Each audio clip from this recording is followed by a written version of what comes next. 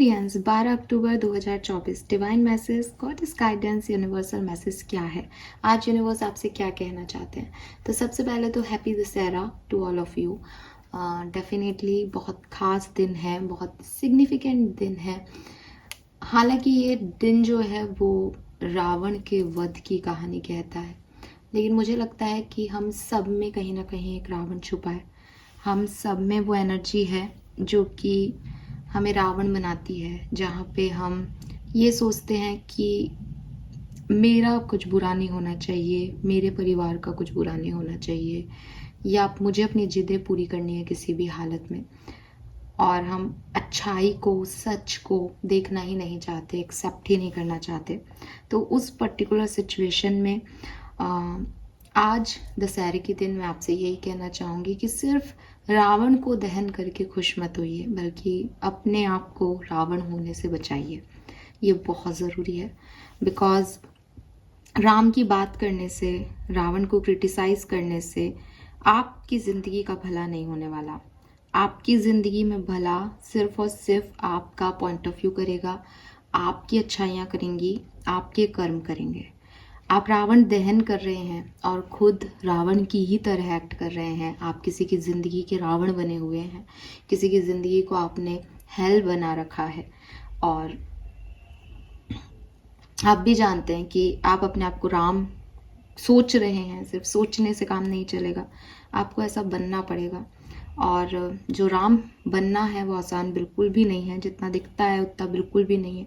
अगर आपको लग रहा हो कि ठीक है, कोई बात नहीं, हम भी अपनी मर्यादाओं में हैं, हम भी हमारे धर्म के लिए लड़ रहे हैं, हम भी ये कर रहे हैं, हम भी अपना सोच रहे हैं, हम अपने मम्मी पापा का सोच रहे हैं, हम ये सोच रहे हैं, तो ऐसा कुछ भी नहीं किया राम ने। राम की आइडेंटिटी ये नहीं है, ठीक है। राम ने जो किया वो शायद आप लोग देख ही नहीं सकते, सोच ही नहीं सकते। राम ने परेशानियों को अपने सर लिया ताकि किसी और का मान ख़त्म नहीं हो। दूसरे की रिस्पेक्ट रखने के लिए उन्होंने खुद अपने लिए वो रास्ता चूज़ किया जो शायद कोई भी नहीं जानता था कि वो कितना टफ होगा। उन्होंने कभी भी किसी और की बात सुन करके अपनी मिसेस को गलत नहीं कहा। जो लोग ये सोचते हैं कि राम ने भी तो सीता जी को त्यागा था, नहीं, राम ने सीता जी को नहीं त्यागा था। राम ने डेस्टिनी को, किस्मत को एक्सेप्टेंस दी थी कि मेरे बच्चे वाल्मीकि आश्रम में रहेंगे तो ज़्यादा बेहतरी से पढ़ पाएंगे, ज़्यादा बेहतर उनका भविष्य हो पाएगा। तो चीज़ों को, वास्तविकता को समझ करके सच्चाई में जीना राम है, गलत को दंड देना राम है। राम वो नहीं है जो सिर्फ त्यागते हैं, मर्यादाओं को मानते हैं। राम वो हैं जो जानते हैं कि मर्यादाएं क्या हैं और लक्ष्मण रेखा क्या है। सिर्फ मर्यादाएं मेरे या मेरे परिवार की नहीं, मर्यादाएं सबकी होनी चाहिए, राइट। सो ये आपको समझना होगा आज के दिन, और फिर आप इस दशहरे के पर्व को मनाएं खूबसूरती के साथ। लेट्स सी कि आज माता रानी का संदेश क्या है। ये डेक मैं अक्टूबर में आज और यूज़ कर रही हूँ, उसके बाद हम दूसरे डेक से यूज़ करेंगे, कार्ड्स को देखेंगे।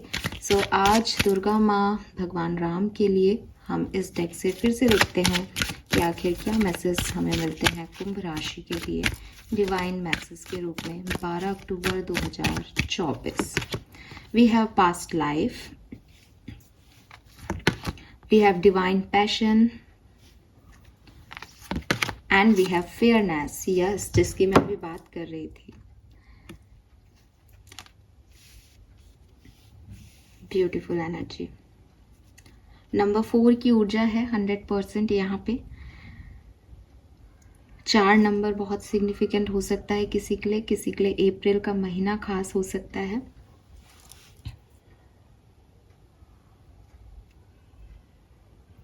कलर ऑफ द डे है पर्पल कलर। पर्पल कलर आज के दिन आप जितना यूज़ करेंगे आपकी डिवाइन पावर्स बढ़ेंगी, आपकी इंट्यूशन बढ़ेंगे।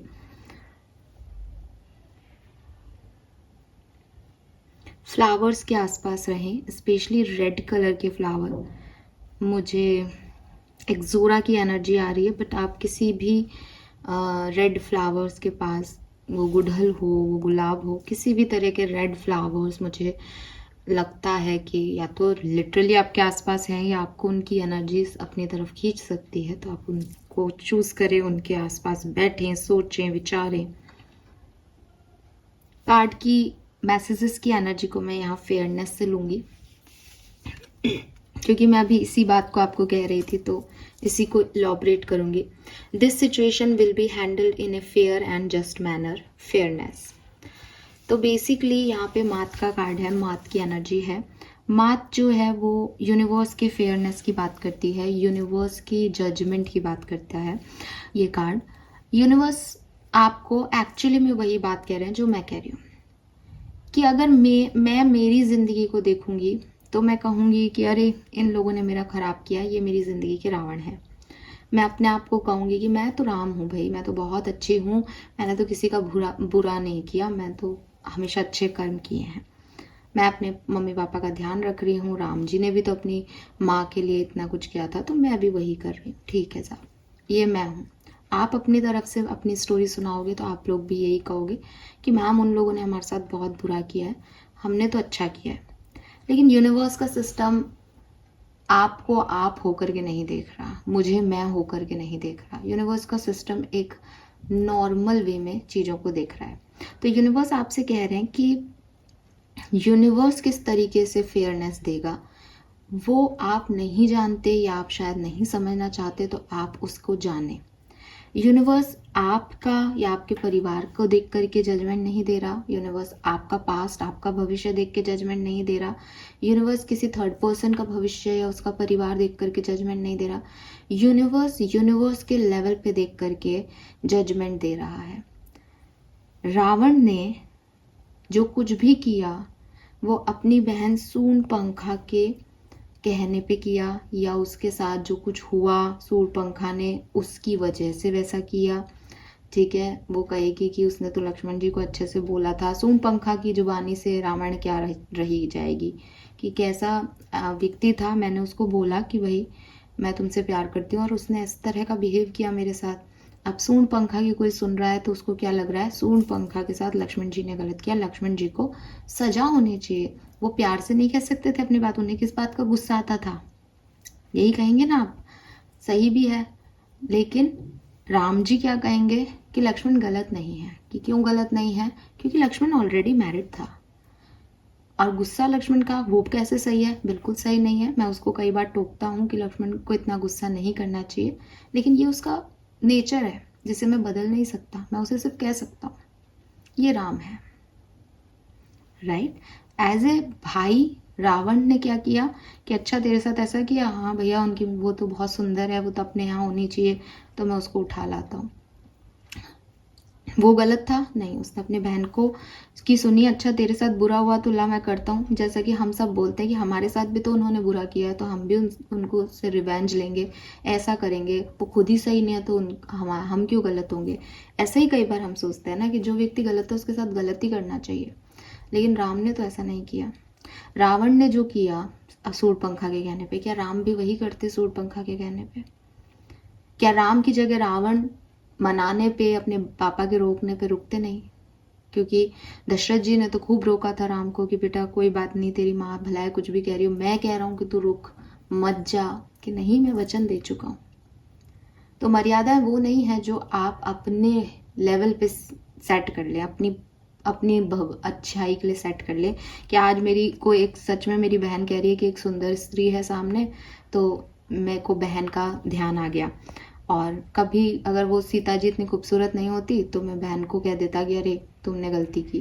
तो मर्यादा ऐसी नहीं है जो इसके कहने पे कुछ है, उसके कहने पे कुछ है, बहन के लिए कुछ है, भाभी के लिए कुछ है, बेटी के लिए कुछ है, गर्लफ्रेंड के लिए कुछ है, पत्नी के लिए कुछ है। ठीक है, मर्यादा है, मतलब मर्यादा है कि चाहे सामने कुछ भी हो, मेरी मर्यादाएं यही है। मैं सबके लिए एक सा हूँ, चाहे वो मेरा खून का रिश्ता है, चाहे वो मेरा बाहर का रिश्ता है। मेरे रिश्ते बदलते नहीं हैं कि मुझे इसकी दुख का तो दुख हो रहा है, लेकिन सामने वाले को मैं कितना भी दुख पहुंचाऊं मुझे उसका दुख नहीं हो रहा। तो रावण नहीं, कंस हैं आप, राक्षस हैं आप। तो इसीलिए मैंने ये बिगनिंग में आज के दिन ये मैसेज दिया था कि थोड़ा सा फेयरनेस को देखो, कि वो सिर्फ आपके अकॉर्डिंग नहीं चल रही है, वहाँ पे सिर्फ एक परिवार नहीं दिख रहा कि आप और आपके लव वंस नहीं, यूनिवर्स के लेवल पे चल रहा है। वहाँ आप सब इंडिविजुअल हैं, आप क्या कर्म कर रहे हैं, क्या आप लोगों को देख करके कर्म कर रहे हैं? कि नहीं होता कि आप किसी बड़े 5 स्टार होटल में गए, आप सडनली बहुत सफिस्टिकेटेडली वेटर को एक्सक्यूज़ मी कह के और उनसे ऐसे बात कर रहे हैं। वो वेटर आपसे थोड़ा सा रूड भी है तो कोई बात नहीं, तो 5 स्टार का होटल का वेटर है तो चलो हमने भी बहुत तमीज़ से कह दिया no no I don't mean it, और ऐसे करके हमने बात कर दी। लेकिन वहीं आप किसी छोटे रेस्टोरेंट में जा रहे हो, वो बेचारा आपको समझाने की कोशिश कर रहा है, तू ज़्यादा बोल रहा है क्या, समझ में नहीं आ रहा मैं क्या कह रहा हूँ, तो आपका टोन ही चेंज हो जाता है। क्यों हो जाता है टोन चेंज? क्योंकि आप उन्हीं लोगों पे पावर दिखाते हो जिन पे आप दिखा सकते हो, जिन पे आपको लगता है कि मेरा हुक्म चल सकता है, मैं ज़्यादा बड़ा हो सकता हूँ ऐसा करके। जिन लोगों के आपके बनता ही नहीं है, जो लोग आप जानते हो कि आपसे ज़्यादा ऊंचे हैं, वहाँ आप चुप हो जाते हो, वहाँ आप रहना ऐसे भीगी बिल्ली बन के आ जाते हो। तो एक बार मैं शेयर करूँगी इस चीज़ को। मेरे एक फ्रेंड ने मुझसे कहा कि मेरे पास एक फ़ोन आया तो मैंने बात की, तो गाड़ी में स्पीकर पे था फ़ोन, तो मैंने मम्मी से बात की थी, शायद मम्मी या पापा थे, तो मैंने बात की। तो वो मुझसे बोलते हैं कि अरे यार तेरे मम्मी पापा कितने सॉफ्टली बात करते हैं और तू कैसे बात करती है उनसे। मैंने कहा कैसे बात कर रही थी, गलत तरीके से बात कर रही थी क्या? कि मैंने कहा मैंने तो सही जवाब दिया, हम तो ऐसे ही बोलते हैं आपस में। कि नहीं नहीं मम्मी पापा से भी तो ऐसे ही बोलती है। मैंने कहा हाँ मैं तो तेरे से ऐसे बात करी वैसे मम्मी पापा से बोलती हूँ, मम्मी पापा है तो कोई नमस्कार और ऐसे थोड़ी करूँगी, मेरे मम्मी पापा है। कि अच्छा, तो मैंने कहा क्यों, कुछ गलत है क्या इसमें, तुम लोग ऐसे बात नहीं करते? कि नहीं नहीं मम्मी पापा से बात करते हैं तब तो थोड़ा सा है ना पोलाइटनेस होनी चाहिए ना, मम्मी पापा है। मैंने कहा मैं रेस्पेक्ट करती हूँ, तूने कभी देखा मेरे को मेरे मम्मी पापा को कुछ गलत बोलते हुए? तेरे को पता है ना कि मैं कितना प्यार करती हूँ। तो बोलती कि हाँ हाँ हमें पता है ना, प्यार तो तू करती है, लेकिन हमें नहीं पता तू ऐसे बात करती है अंकल आंटी। मैंने कहा मैं तो ऐसे बात करती हूँ, और लिटरली मैंने कोई मिसबिहेव नहीं किया था या मैं चिल्लाई नहीं थी, जस्ट जैसे नॉर्मल बात करते वैसे बात करती हूँ। अभी आप लोग भी कहीं सुन रहे होंगे तो मुझे नहीं पता आप लोग अपने मम्मी पापा से नमस्ते कहते हो, ढोक देते हो, आई डोंट नो आप कैसे बात करते हो, मैं उसको जज नहीं कर रही, लेकिन मैं तो जैसे बात करती हूँ वैसे बात करती हूँ। मेरे लिए रिस्पेक्ट जैसी आपकी है वैसे ही मैं सबसे बात करती हूँ। अभी कई लोग कमेंट करके, अभी 2-3 दिन पहले ही एक मैसेज था कि आप खाना खा करके बोला करो, तो मैंने कहा भाई मैं तो ऐसे ही बात करती हूँ, मेरी वॉइस ही ये है। बदतमीज़ी तो मुझे आती नहीं है करनी, चिल्ला करके मैं कभी बात नहीं कर सकती, मेरा चिल्लाना भी यही है, ज़्यादा चिल्लाऊँ तो रोने ही लग जाती हूँ फिर रो रो के बोलती हूँ। तो वो द थिंग इज़ कि मैं तो ऐसे ही बात करती हूँ। अभी लोग कैसे मैनिपुलेटिव रिश्ते निभाते हैं कि बाहर कहेंगे मम्मी के फ़ोन नहीं उठाएंगे, मम्मी पापा से बात नहीं करेंगे, रात को घर जाएंगे, घर की परंपराओं का उनको कोई ट्रेडिशन का वैल्यू नहीं है, बॉयफ्रेंड गर्लफ्रेंड के साथ घूमेंगे फिरेंगे, है ना, कि हम मम्मी पापा की इज्जत कर रहे हैं, हम धीरे बोलते हैं मम्मी पापा के सामने, और वैसे आप उनकी सिखाई हुई एक भी संस्कार में नहीं हो। तो क्या उनसे अच्छी, मैं अपनी बड़ाई नहीं करी, क्या उनसे अच्छे वो लोग नहीं है जो एक नॉर्मल बिहेवियर अपने मम्मी पापा से रखते हैं, वो मम्मी पापा को कोई ढोक वोक नहीं देते, हाँ मम्मी ऐसे फ़ोन पे शुरू होते हैं और जैसे फ्रेंड से कन्वर्सेशन करते हैं वैसे कन्वर्सेशन करते हैं, और उनको पता है कि उनके घर की मर्यादाएं क्या है, वो रात को 8 बजे तक घर पहुंचते हैं, वो किसी भी तरीके के गलत काम में इन्वॉल्व नहीं है। कौन से बच्चे ज़्यादा अच्छे हैं? तो किसका कर्मा, मुझे मतलब मैं स्पिरिचुअल पर्सन हूँ तो मैं नॉर्मली एक जजमेंट सोचती हूँ कि किसका कर्मा ज़्यादा अच्छा है। वो बच्चे जो अपने माँ बाप के सामने भी दिखावे में है, क्योंकि पीठ पीछे तो उनके कांड सब वो खुद भी जानते हैं, वहाँ उनकी मर्यादाएं नहीं है, वहाँ उनकी ट्रेडिशन नहीं है, वहाँ उनका परिवार नहीं आता। और जो बच्चा बेचारा एक नॉर्मल ज़िंदगी जी रहा है, अच्छा खासा, जैसे मतलब जिनके कोई दिखावे नहीं है, बेसिकली एक नॉर्मल फैमिली है, उनको लोग ऐसे कहते हैं कि अच्छा तू ऐसे बोलती है, आई डोंट नो। तो सब अब अलग अलग तरीके के लोग हैं, बट मेरे हिसाब से जेन्युइन रहना बहुत ज़रूरी है, चाहे रिश्ता कोई भी हो, आपको बदलने की ज़रूरत नहीं होती, खास करके अपनों के सामने। तो यूनिवर्स आपसे ये सब नहीं कह रहा जो मैंने अभी आपको कहा, ये तो मैंने एग्जाम्पल दिया। यूनिवर्स आपसे कह रहे हैं कि जो कुछ भी सिचुएशंस हो रही हैं उसमें यूनिवर्स, आप एक्वेरियस, आप पर्टिकुलर आपने क्या किया, किसी ने आपके साथ क्या किया, ये जजमेंट नहीं देगा। यूनिवर्स जज करेगा कि आपने कैसा कर्म किया ओवरऑल लेवल पे, उस कर्म में कितने लोगों के साथ आप फेयर रहे, आपने अपने बारे में सोचा कि अपनों के बारे में सोचा या पूरी दुनिया के बारे में सोचा।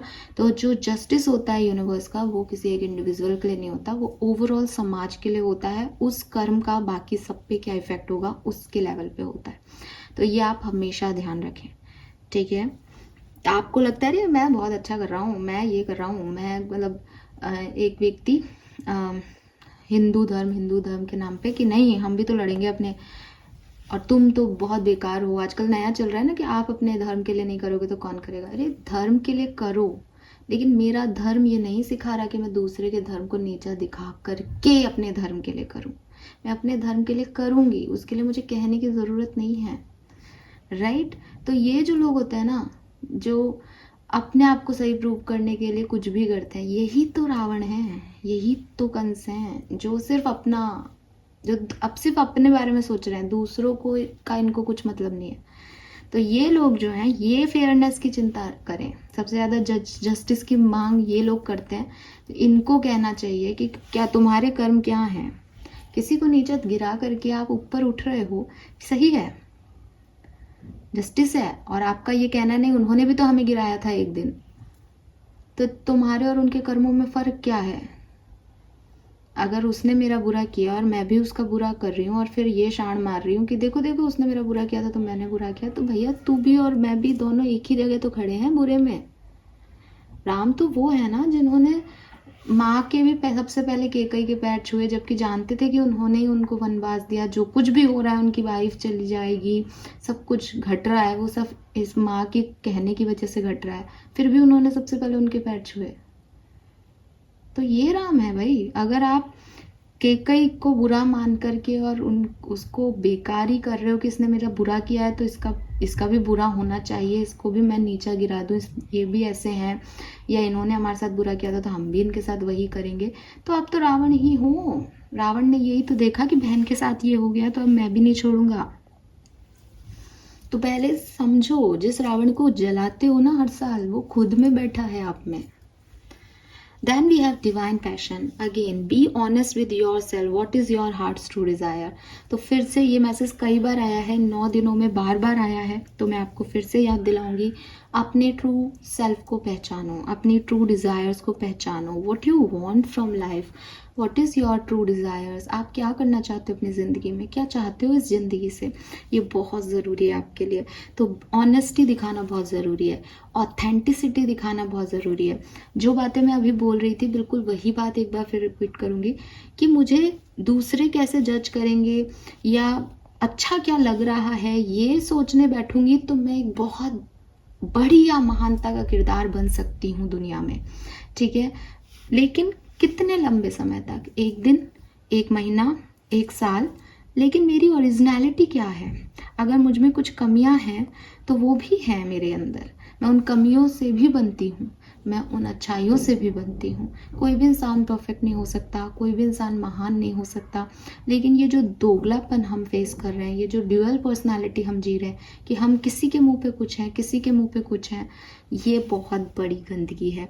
और जब हम दूसरों के लिए ऐसी ड्यूअल पर्सनालिटी जीते ना तो थोड़े टाइम में हमारी खुद की इंडिविजुअलिटी मर जाती है। हम खुद से ही झूठ बोलने लग जाते हैं, हम खुद से ही भागने लग जाते हैं कि हमको खुद को ही नहीं पता होता हम जिंदगी से क्या चाहते हैं। हम सिर्फ एक चीज़ चाहते होते हैं कि मुझे ये अच्छा नहीं लगता, मुझे इससे आगे निकलना है। इससे आगे निकल के तेरे को क्या मिलेगा। तुम अपने लिए सोचो, तुम्हारी ज़रूरतें क्या हैं। क्या 1 करोड़ रुपए तुम्हारी ज़रूरत है, क्या उसका जैसा पार्टनर तुम्हारी ज़रूरत है। हो सकता है तुम्हारी ज़रूरतें कुछ और हो क्योंकि तुम्हारी ज़िंदगी कुछ और है। तो यूनिवर्स आपको यही कह रहे हैं कि किसी का देख करके कुछ मांगना, किसी को चेज करना, किसी को बस ये सोचना कि यार ये पर्सन मुझे मिल जाए, उसकी कोई तुम्हारी ज़िंदगी में ज़रूरत ही नहीं है, तो ये सब मत करो, ठीक है। अपने डिवाइन पैशन पे यकीन रखो, अपने डिवाइन पर्पस को ढूंढो, सोल पर्पस को ढूंढो, उस तरफ आगे बढ़ो। ऐसे मधुमक्खियों की तरह भिन भिनाओ मत। ये दुनिया आपको मिली है तो, ये ज़िंदगी मिली है तो ऐसे नहीं ये अच्छा लग गया, ये चाहिए, वो चाहिए, ये करना है। Settle your goal, create your life purpose और फिर उस डायरेक्शन में बढ़ो, अपनी मर्यादाओं में रहो। जिन चीज़ों की आशा आप दूसरों से करते हो वो आप खुद भी निभाओ, right. And then we have past life. So again यहाँ पे एक खास मैसेज जो मुझे इस कार्ड को देख के आज मिल रहा है, बहुत खूबसूरत सा, वो मैं दूंगी कि आप में से काफ़ी लोग बहुत जल्द ही इस 10-10 पोर्टल में ही अपने किसी पास्ट लाइफ सोलमेट से मिलने वाले हैं। आपकी मुलाकात किसी एक ऐसे पार्टनर से होने वाली है जो शायद आपकी पास्ट लाइफ में भी किसी न किसी रिश्ते में आपसे जुड़ा हुआ था, और आज अगर आप कुछ प्रॉब्लम फेस कर रहे हैं तो ये पर्सन आके आपको सॉल्यूशन देगा उस प्रॉब्लम का। मैं ये नहीं कह रही कि पर्सन आके आपकी लाइफ में कोई बहुत बड़ा साथ देगा, लेकिन ये पर्सन आपकी लाइफ में कोई ना कोई सुधार लेके आएगा। मतलब जहाँ आप अटके हुए हो ना, वहाँ से आपको एक पुश देगा ये पर्सन, क्योंकि ये पास्ट लाइफ से आ रहा है दोबारा, और ये इसीलिए आ रहा है बिकॉज आपका रिश्ता इतना गहरा है कि शायद आपको इसकी अभी सबसे ज़्यादा ज़रूरत है। ठीक है, दूसरा मैसेज पास्ट लाइफ से मुझे मिलता है, this situation involve your past life memories. तो कुछ सिचुएशंस एक्वेरियस आपकी लाइफ में ऐसी हैं जैसे आपके कुछ एक ट्रेड सेट है, आपका कोई बिहेवियर पैटर्न सेट हो गया है। ठीक है, फॉर एग्जाम्पल जैसे मैं अभी बता रही थी कि अब ये आपकी ओरिजिनलिटी है, ये आपकी ऑथेंटिसिटी हो सकती है कि आप ऐसा ही बिहेव करते हो, इसमें कोई प्रॉब्लम नहीं है।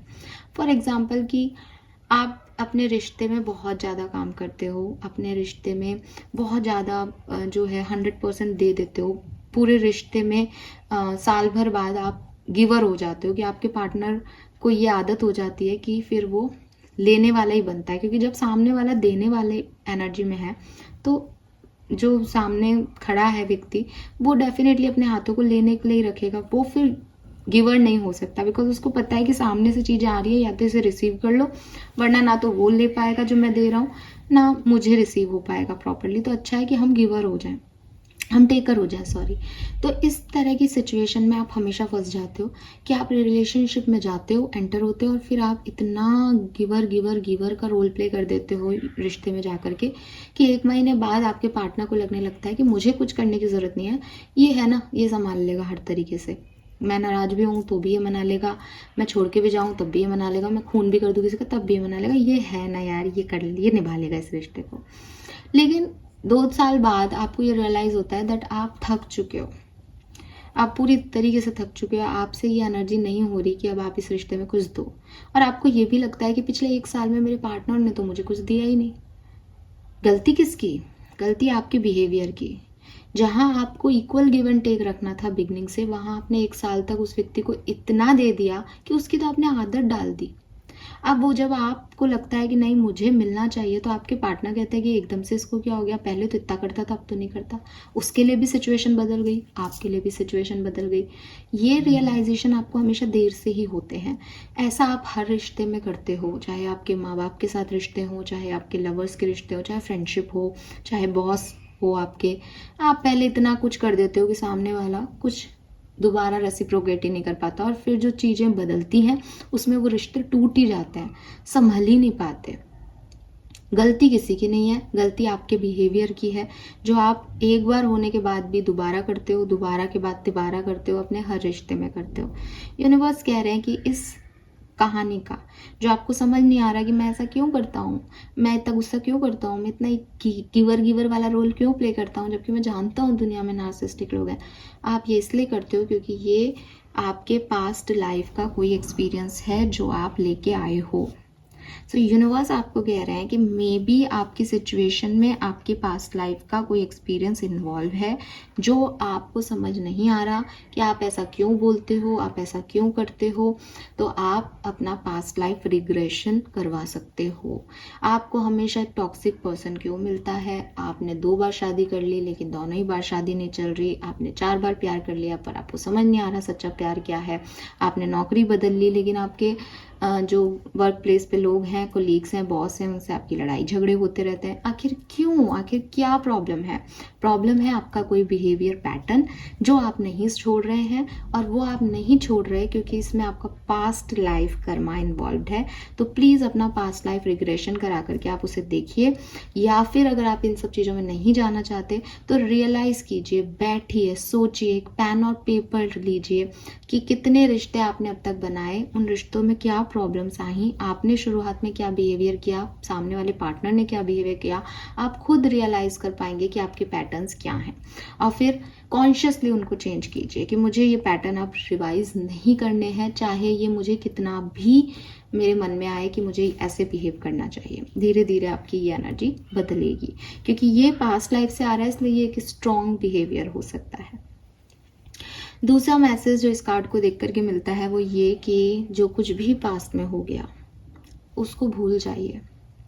चाहे आपका बहुत बढ़िया पास्ट रहा हो, चाहे आपका कोई खराब पास्ट रहा हो, पास्ट पास्ट होता है एक्वेरियस। पास्ट में जाने वाले, पास्ट में जीने वाले जिंदगी के सबसे बड़े बेवकूफ़ साबित हुए हैं आज तक की हर लाइफ में, हर यूनिवर्स में। जो भी इंसान अपने पास्ट में जी रहा है वो कभी भी खुश नहीं है। जो इंसान को ये लग रहा है कि सिर्फ उसका पास्ट खूबसूरत है वो सबसे बड़ा मूर्ख है। क्योंकि जैसे जैसे अगर आज आप परेशान हो ना, आज स्पिरिचुअलिटी में हो, आज आप मुझे सुन रहे हो, आज आपको फील गुड हो रहा है ये रीडिंग देख करके, इसका मतलब कोई ना कोई परेशानी चल रही है। जब आप 2025 में चले जाओगे ना और आज के दिन को देखोगे तो आपको ऐसा लगेगा वो दिन ज़्यादा अच्छा था। उस दिन कम से कम वो वीडियो तो सुन रही थी मैं, कम से कम अच्छा तो फील कर पाती। तब आपको ये छोटी सी चीज़ बहुत बड़ी लगेगी क्योंकि ये गुजरा हुआ कल है। गुजरा हुआ कल, गुजरे हुए लोग सब अच्छे होते हैं, पर वही लोग जब सामने थे तब आप उनसे वैसे ही लड़ रहे थे, वैसे ही मर रहे थे, वैसा ही गंदा बोल रहे थे और आप उनसे खुश नहीं थे। जब आप ये समझोगे ना तब आप जिंदगी को जीना सीख जाओगे। हर व्यक्ति अपने प्रेजेंट को कोसता है और पास्ट में जीता है। अगर किसी इंसान ने ये सोच लिया कि मेरा पास्ट जा चुका है, मैं उसमें नहीं जी सकता या जी सकती, मुझे आज में ही जीना पड़ेगा चाहे ये अच्छा है या बुरा, तो आप भविष्य की प्लानिंग करोगे फाइनली। और आपको यूनिवर्स यही कह रहे हैं, पास्ट को छोड़ो। जो भी था, जैसा भी था, जो भी हुआ वो गया, वो अब आपका लाइफ में नहीं आएगा। समझदारी इसी में है कि पास्ट को छोड़ के आगे बढ़ा जाए।